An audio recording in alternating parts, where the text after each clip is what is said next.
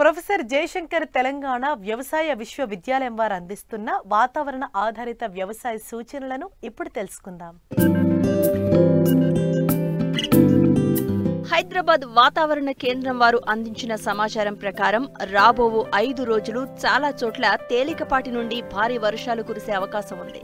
పగటి ఉష్ణోగ్రతలు 27 నుండి 36 డిగ్రీల సెల్సియస్ మధ్య మరియు రాత్రి ఉష్ణోగ్రతలు 23 నుండి 28 డిగ్రీల సెల్సియస్ మధ్య నమోదు కావచ్చు. నైరుతి రుతుపవనాలు రాష్ట్రంలోకి మే 26వ తేదీన ప్రవేశించి మే 28వ తేదీన రాష్ట్రమంతటా విస్తరించాయి. రైతులు వర్షాధార పంటలైన పత్తి, సోయా, మొక్కజొన్న, జొన్న, కంది, పెసలు మొదలగు పంటలను సాధారణ విత్తే సమయంలోనే అంటే జూన్ 15వ తేదీ నుండి విత్తుకోవచ్చు. నేల 15 నుండి 20 సెంటీమీటర్ల లోతు తడిచిన తర్వాతనే పంటలను విత్తుకోవాలి. జూన్ నెలలో సాధారణం కంటే ఎక్కువ వర్షపాతం నమోదయ్యే అవకాశాలు ఉన్నాయి. రైతులు అధిక వర్షపు నీటిని పొలం నుండి బయటకు తీసివేయడానికి మురుగు కాలువలను ఏర్పాటు చేసుకోవాలి. వర్షాధారపు పంటలను సరైన సమయంలో విత్తుకోవడానికి విత్తనాలు, ఎరువులు, పురుగుమందులు సేకరించుకోవాలి. వేరుశెనగ, సోయా చిక్కుడు, జొన్న, పెసర, కంది, మినుము పంటలను విత్తుకునే ముందు తప్పనిసరిగా విత్తన శుద్ధి చేసుకోవాలి.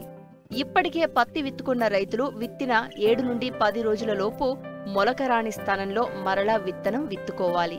వర్ష సూచనలు ఉన్నందున తాత్కాలికంగా పురుగు మందులు పిచికారీ చేయడం వాయిదా వేయాలి. వరి తర్వాత వరి సాగు చేసే రైతులు పచ్చిరొట్ట పైర్లను విత్తుకోవడానికి అనుకూల సమయం.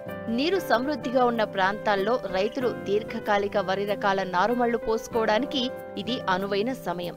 రైతులు మధ్యకాలిక, స్వల్పకాలిక వరి రకాల నారుమళ్లు జూన్ 20వ తేదీ తర్వాత పోసుకోవచ్చు. పత్తి పంటను జూలై 20వ తేదీ వరకు దిగుబడిలో ఎటువంటి తరుగుదల లేకుండా సాగు చేసుకోవచ్చు. పత్తి వర్షాధార పంట కాబట్టి రైతులు వారికి అనుకూలమైన బీటీ రకాలను బోదెలు, కాలువల పద్ధతిలో విత్తుకోవాలి. ఎక్కువ వర్షాలు పడినప్పుడు కూడా కాలువల ద్వారా నీటిని తీసివేయుటకు అనుకూలం. మొక్కజొన్న పంటను జూలై 15వ తేదీ వరకు మధ్య దీర్ఘకాలిక రకాలను దిగుబడిలో ఎటువంటి తరుగుదల లేకుండా విత్తుకొనుటకు అనుకూల సమయం. మొక్కజొన్న శాఖీయ దశలో ఎక్కువ నీటిని, ప్రత్యుత్పత్తి దశలో నీటి ఎద్దడిని తట్టుకోలేదు కాబట్టి పంటను బోదెలు, కాలువల పద్ధతిలో సాగు చేసుకోవలెను. జొన్న పంటను జూన్ 30వ తేదీ వరకు విత్తుకోవచ్చు.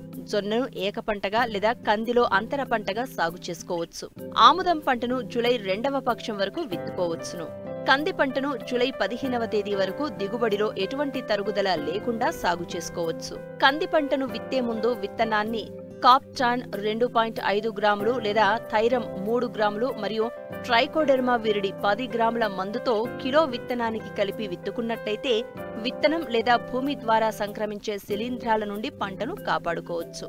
పెసర, మినుము పంటను జూలై 15వ తేదీ వరకు విత్తుకోవచ్చును. వరి సాగు చేసే పొలాల్లో ఆలస్యంగా నీరు విడుదలయ్యే ప్రాంతాలలో పెసరను పైరుగా లేనిచో పచ్చిరొట్టగా విత్తుకోవాలి.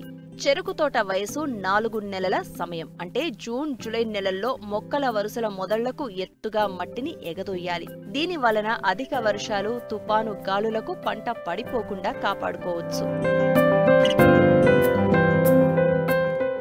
ఏరువాక పౌర్ణమిని పురస్కరించుకుని ఖమ్మం జిల్లాలో రైతులు ఏరువాక పౌర్ణమి వేడుకలను అంగరంగ వైభవంగా నిర్వహించారు. మృగశిర కార్తీ ప్రారంభం సమయంలో వచ్చే ఏరువాక పౌర్ణమికి రైతన్నలు వ్యవసాయానికి కేంద్ర బిందువులుగా ఉపయోగపడే కాడెద్దులను శుభ్రం చేసి రంగులతో అలంకరించి పూజలు నిర్వహించారు.